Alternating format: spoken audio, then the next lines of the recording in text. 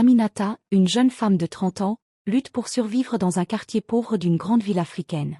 Endettée et désespérée, elle accepte l'offre d'une mystérieuse organisation qui lui promet richesse et pouvoir en échange d'un serment à l'horloge mystique. Mais rapidement, elle découvre l'horreur qui s'y cache. Des enfants sont utilisés pour des rituels de sacrifice. Piégée dans un engrenage infernal, elle devra choisir entre sa propre survie et la décision de faire le bien. Une enfance prometteuse, un avenir brisé, Aminata a grandi dans une famille modeste, où l'éducation était la seule échappatoire à la pauvreté. Dès son plus jeune âge, elle montrait une intelligence remarquable et une détermination sans faille. À l'école, très appréciée par ses professeurs, elle se démarquait par son sérieux et sa soif de savoir, toujours en tête de sa classe. Son rêve était de devenir économiste et faire sortir sa famille de la pauvreté. Elle excellait dans ses études, obtenant brillamment ses diplômes universitaires. En plus d'être intelligente, Aminata était belle, très belle. Malgré les maigres moyens de ses parents, Aminata était dans son enfance, une fille joyeuse et remplie d'espoir. Ses grands yeux noirs scintillaient et elle était beaucoup enviée. Pourtant, après des années d'efforts, la réalité du monde du travail lui infligea une dure claque. Malgré ses qualifications, elle ne trouvait pas d'emploi. Après 10 ans de recherche, Aminata se retrouvait sans travail, sans argent, sans fiancé ni enfant. À 30 ans, elle vivait encore chez ses parents. Elle faisait de la vente en ligne, des jobs ça et là mais rien de prometteur. La pression sociale et familiale pesait lourdement sur elle, et chaque regard de pitié, chaque semblant de conseil, chaque moquerie ou reproche était un coup de plus à son moral. Ses amis, qui autrefois l'enviaient, l'appelaient désormais pour se moquer ou la narguer. « Tu deviens quoi maintenant, Aminata ?» lui demandaient certains avec un ton moqueur. Chaque nuit, Aminata s'enfermait dans le salon exigu de ses parents, où elle dormait sur un vieux matelas posé à même le sol. Lorsque la maison plongeait dans le silence, elle laissait libre cours à son chagrin. Elle étouffait ses pleurs dans son oreiller, maudissant son destin et implorant la mort. Elle se sentait prisonnière, incapable d'offrir une vie meilleure à ses parents qui avaient tant sacrifié pour elle. C'était la descente aux enfers. Elle a même plusieurs fois essayé de se suicider mais c'était comme si même la mort l'avait fui. Un soir, après une nouvelle tentative infructueuse pour décrocher un poste, elle décida qu'il était temps de prendre sa vie en main, coûte que coûte. Elle était prête à faire tout, absolument tout. Quelques jours plus tard, après une énième crise de larmes, elle reçut un message de Fatima, une amie d'enfance qui, autrefois aussi brillante qu'elle, avait réussi à s'imposer dans le monde du travail. Fatima lui proposa un rendez-vous. Aminata n'hésita pas une seconde. Elle était prête à s'en sortir par tous les moyens.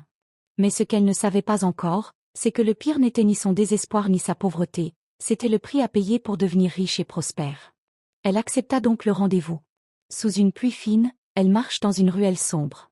Son regard est vide, sa peau est marquée par la fatigue. Elle s'arrête devant un vieux bâtiment aux fenêtres barricadées, là où l'attend Fatima. Fatima était une femme élégante et sophistiquée, grande, avec une silhouette soignée et des cheveux noirs lissés. Elle porte une robe sombre, et son regard est perçant, confiant, mais aussi froid. Aminata était quant à elle devenue fatiguée par la pauvreté. Son visage ne rayonnait plus et son charisme avait disparu. « Ma sœur Amina, lui dit Fatima, je connais un homme qui peut changer ta situation. Il s'appelle le maître, il est capable de changer son destin. » Elle continue en disant, « Me vois-tu, c'est grâce à lui que je suis celle que tu vois maintenant. Les temps sont durs, tu n'as aucune relation pour t'aider. Crois-moi, si tu ne suis pas mes conseils, je t'assure que tu ne trouveras pas un emploi dans ce pays. Je t'appellerai dans une semaine. Sois prête. » Au pied du mur, Aminata se laissa tenter par la promesse d'une richesse soudaine et sans effort. Une fois dans le salon de ses parents, Aminata se mit à imaginer sa nouvelle vie de femme riche. Fini les pleurs, fini les dettes, je pourrai enfin rendre heureuse ma famille. Je les ferai sortir de ce quartier et de cette misère. Ils se reposeront enfin, se dit-elle. Une semaine plus tard, comme convenu, Fatima vient chercher son amie Aminata. Les deux femmes se mirent en route dans la nuit profonde. Fatima dans sa voiture explique à son amie comment elle aussi avait souffert avant de rencontrer le grand maître. Elle lui raconte aussi comment sa vie avait changé après l'avoir connu. « Tu verras, tu n'auras pas à faire grand-chose, » lui dit-elle. Elle la conduit dans une immense villa située au cœur d'une cité huppée. De l'extérieur, la demeure resplendit par son architecture élégante et ses jardins soigneusement entretenus. Mais une fois la porte franchie, l'illusion se brise. L'intérieur est presque vide, dépourvu de meubles, comme si personne n'y vivait réellement. L'air y est lourd, imprégné d'une odeur âcre de fumée et d'encens malodorant. Aminata frissonne. L'ambiance est oppressante. Elle perçoit des miaulements de chats qu'elle ne voit pourtant pas, ainsi que des vagissements de bébés qui semblent résonner depuis nulle part. Chaque pas qu'elle fait sur le sol résonne étrangement, comme si la maison tout entière était habitée par une présence invisible mais indéniablement puissante. Son cœur bat très fort, mais elle ne pouvait plus reculer. « Je dois tout tenter », se dit-elle. Fatima l'emmène vers une trappe dissimulée sous un tapis épais. Lorsqu'elle l'ouvre, un escalier en spirale descend dans l'obscurité. Un courant d'air glacial s'en échappe, accompagné d'un murmure indistinct. Aminata sent son cœur battre à tout rompre, mais Fatima lui adresse un regard perçant et l'encourage à avancer. Arrivée dans une vaste salle souterraine, Aminata découvre des hommes et des femmes encapuchonnés, vêtus de longues robes noires et rouges. De lourds chandeliers illuminent la pièce d'une lueur tremblotante, projetant des ombres inquiétantes sur les murs gravés de symboles ésotériques. Le maître apparaît, un homme imposant dont les yeux brillent d'une lueur malsaine. Son visage est impassible, dénué de toute émotion. Un cercle de bougies entoure une statue de pierre représentant une créature mi-humaine, mi-bête. L'atmosphère devient encore plus oppressante, et Aminata sent un frisson glacé lui parcourir l'échine. Aminata doit prêter serment. On lui bande les yeux, et une main glaciale saisit la sienne pour l'amener au centre du cercle. Une voix gutturale récite une incantation dans une langue inconnue. Une dague effilée est placée entre ses mains tremblantes. Renonce à ton ancienne vie et embrasse ton destin. Le maître tranche légèrement sa paume, laissant couler quelques gouttes de sang sur un parchemin noirci par le temps. La douleur est vive, mais ce qui l'effraie davantage, c'est la sensation oppressante qui l'envahit. Elle sent quelque chose l'observer, quelque chose d'invisible. Aminata a signé le pacte de sang, un pacte irréversible. Aminata vient de vendre son âme au diable. Le grand maître la regarde en silence avant de lui dire froidement. Pars. Déconcertée, Aminata quitte la villa avec son ami, le cœur lourd, sans comprendre ce qui vient de se passer. Sur le chemin du retour, les deux jeunes femmes gardaient un silence inouï. Le lendemain, le téléphone d'Aminata sonne. Un numéro inconnu. Elle hésite avant de décrocher. Une voix grave et menaçante lui murmure. Ta première mission commence. Tu dois faire un sacrifice pour me prouver ta loyauté. Tu dois me donner du sang humain, le sang d'une adolescente vierge. Tu as 3 jours. Tu dois choisir, c'est soit toi, soit un enfant. Tu as fait le pacte de sang. Aminata n'eut pas le temps de placer un mot, la voix à l'autre bout du fil raccrocha. Le choc la foudroie. Ses mains tremblent, les larmes inondent son visage. Elle veut crier, nier, mais au fond d'elle, elle sait qu'elle est déjà prise au piège. Que faire? Du sang humain? Comment ça? Je ne suis pas une meurtrière, se dit-elle. Prise de panique, elle appelle son amie Fatima. Les deux jeunes femmes commencent un dialogue effrayant. Tu dois faire ce que le grand maître te dit sinon tu mourras. Mais tu m'avais dit que c'était facile, que je n'aurais pas grand-chose à faire, rétorqua Amina. Rien n'est facile ma chérie, l'argent facile n'existe pas et ça tu le es. Fais juste ce que tu as à faire et après tu me remercieras. Je ne peux pas tuer un enfant innocent, je ne peux pas. Tu n'es pas obligé de le faire toi-même, choisis une fille et envoie-la juste chez le maître, il se chargera du reste, il sait quoi faire. Un enfant? Une adolescente vierge à sacrifier? Où vais-je trouver une fille? AWA, lui dit Fatima. Ce nom retentit comme un grand bruit assourdissant dans les oreilles de Amina. Son cœur cessa de battre comme si elle était projetée dans un autre monde puis, tout d'un coup elle s'écria avec des larmes aux yeux. Quoi? Awa? Non. Je ne peux pas faire ça, je ne pourrai jamais faire ça à ma mère jamais. Après quelques minutes, reçut un nouveau coup de fil mais prise par la peur, elle n'ose pas décrocher. Qui est cette fameuse Awa que Fatima ne veut pas sacrifier au risque de faire du mal à sa mère? Awa est une fille de 13 ans, aux yeux brillants mais innocents. Elle a des cheveux crépus, souvent tressés, et une petite stature. Awa fait la fierté de ses parents. Elle a de grands rêves, devenir médecin, se marier et avoir 3 enfants. À l'école, Awa est aussi studieuse que sa grande sœur. Awa est la petite sœur de Amina. Très souvent, consciente de la souffrance de sa sœur, Awa venait souvent la réconforter. Ne t'inquiète pas grande sœur chérie, tout va s'arranger, tu verras, un jour, nous serons riches. Mais aujourd'hui, Amina devra choisir entre son amour pour sa sœur et sa vie. Amina passa la nuit à trembler, fixant le plafond. Chaque bruit dans la maison lui semblait être un avertissement. Elle pensa fuir, mais où? Il la retrouverait. Le lendemain, Awa lui sourit innocemment en lui tendant une tasse de thé. Tu as l'air fatiguée, grande sœur. Les larmes d'Amina montèrent. Comment pouvait-elle même envisager l'impensable? L'idée de devoir sacrifier un enfant la terrifie. Elle était prête à briser le pacte en se sacrifiant elle-même mais une nuit, Elle entendit dans la pièce de leur petite maison des pleurs. Elle s'approcha et vit son père, il était assis près du lit, tête baissée, il n'en pouvait plus, il pleurait à chaudes larmes. Les dettes étaient légion, la vie ne lui faisait pas de cadeaux, il n'avait presque plus rien à manger à la maison ni de quoi payer la scolarité de Hawa. Amina s'éloigna doucement sans que son père ne la vît, plus révoltée que jamais, elle fit la promesse de ne plus jamais laisser son père dans la pauvreté. Elle décide alors de faire l'impensable. Une nuit, poussée par le désespoir et la soif de pouvoir, elle administre un somnifère à Hawa. Quand la petite s'endort profondément, Aminata l'emmène discrètement à la villa. Dans la salle souterraine, le maître l'attend. D'un geste mécanique, ses mains tremblantes saisissent la dague, et en un instant, tout bascule. Le sang d'Hawa scelle son pacte. Dès le lendemain, la vie d'Aminata change radicalement. L'argent coule à flot, elle devient influente, possède des biens et du pouvoir. Elle quitte le quartier pauvre pour une villa luxueuse. Pourtant, chaque nuit, elle entend le murmure d'une voix, celle de sa sœur. Son succès est immense, mais son âme est à jamais souillée. Elle a masqué la disparition de sa sœur en un simple accident domestique, et ses parents, brisés mais inconscients de la vérité, l'ont cru. Subjugués par sa réussite soudaine, ils ont même accepté de la suivre dans sa nouvelle villa. Sa demeure est un immense palais, symbole de sa fortune fulgurante. Située dans une cité huppée, elle éblouit par sa façade majestueuse et ses jardins soigneusement entretenus. Mais à l'intérieur, une atmosphère pesante règne. De longs couloirs vides résonnent du silence inquiétant d'une maison trop grande pour être habitée. Parfois, un murmure, un rire enfantin perdu dans l'écho des murs. La nuit, Aminata entend les pleurs d'Hawa, ou peut-être sont-ce ses propres remords qui lui chuchotent à l'oreille. Et au fond d'elle, elle sait, la loge ne lui a pas tout révélé. Son tour viendra. Sa mère, quant à elle, ressent un malaise inexplicable. Son intuition maternelle lui murmure que quelque chose ne va pas. Chaque nuit, elle observe Aminata d'un regard inquiet, tentant de comprendre ce qui a changé en elle. Dans l'une des pièces secrètes de la villa, un rituel silencieux se perpétue.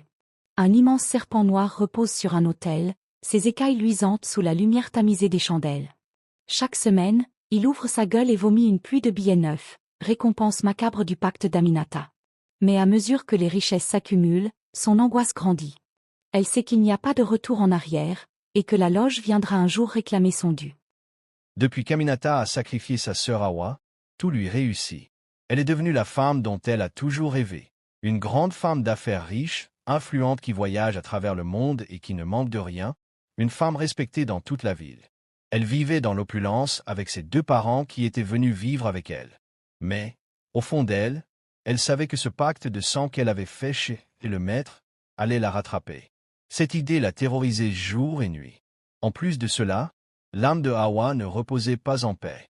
La fillette se promenait chaque nuit dans les couloirs sombres de la grande demeure d'Amina. Tantôt, elle court, tantôt elle rit et souvent elle pleure. Personne ne pouvait la voir ni l'entendre sauf Amina. Cela effrayait énormément Amina qui, désormais, n'arrivait plus à dormir dans sa propre maison.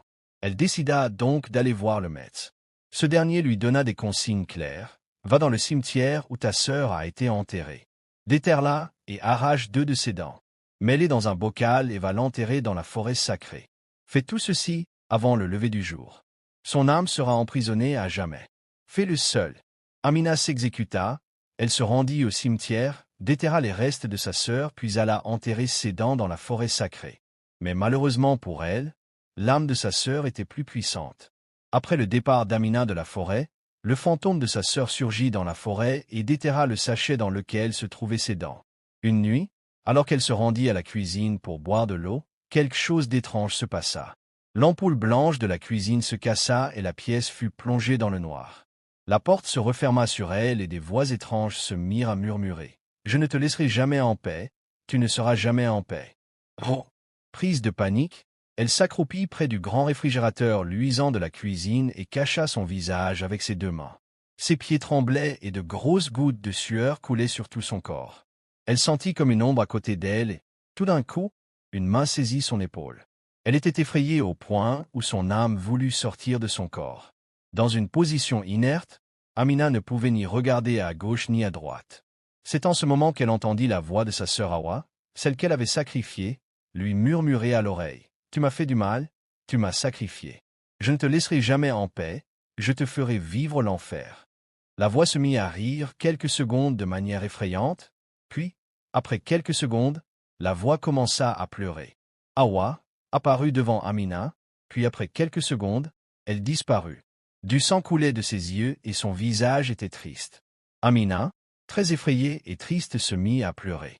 Pour la première fois, elle se rendit compte de la grosse erreur qu'elle avait commise et les remords et la honte la submergèrent. « Je suis désolée, Hawa. Je suis désolée, ma petite sœur. J'ai été trompée. Je ne savais pas qu'ils allaient demander un si grand sacrifice. Pardonne-moi, s'il te plaît, s'écria-t-elle.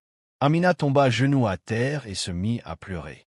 Sa mère qui, depuis sa chambre, avait entendu les cris de sa fille, se dirigea vers la cuisine. De l'extérieur, elle entendait sa fille parler seule. Elle prêta plus attention aux paroles glaçantes d'Amina et comprit que la mort d'Hawa, sa deuxième fille, n'était pas accidentelle. Très en colère et dépitée, elle se dit en elle-même: « Comment Amina a pu nous faire ça? Amina m'a pris ma fille et l'a remplacée avec de l'argent. » Cette vieille femme, âgée d'une 60aine d'années, ne pouvait pas accepter ce qu'elle venait d'entendre. Elle voulut ouvrir la porte de la cuisine pour confronter sa fille, mais, tout d'un coup, elle sentit sa tension monter et sa respiration couper.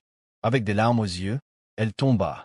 Dans la cuisine, l'ombre avait disparu, les voix avaient cessé et la porte qui était bloquée s'ouvrit d'elle-même. Amina se leva d'un coup et courut vers la sortie de la cuisine dans le noir, mais son pied heurta quelque chose. Terrifiée, elle décide quand même de se baisser un peu plus pour voir ce qu'elle venait de heurter. C'était sa mère. Allongée sur le sol, elle semble avoir fait une crise cardiaque. « Maman, maman, réveille-toi » s'écriait Amina. Elle savait que c'était terminé, sa mère a entendu son secret. C'est ce qui a causé la crise. Amina réveilla son père et le chauffeur. Au bout de quelques minutes, ils étaient à l'hôpital. Mais, il était trop tard, la mère d'Amina était morte. Son argent n'a pas pu réanimer sa mère. Le jour de l'enterrement, Amina était aux côtés de son père. Après la cérémonie, un oncle éloigné d'Amina, M. Aboubakar, vient lui parler. M. Aboubakar est un homme de la cinquantaine, c'est un grand informaticien du pays. Il connaît Amina depuis l'enfance, mais ne l'avait pas vue depuis des années. « Amina, ma grande dame, toutes mes condoléances. Ta mère était quelqu'un de bien. Nous allons prier pour que Dieu l'accueille dans son paradis. Merci tonton. Comment vont les affaires?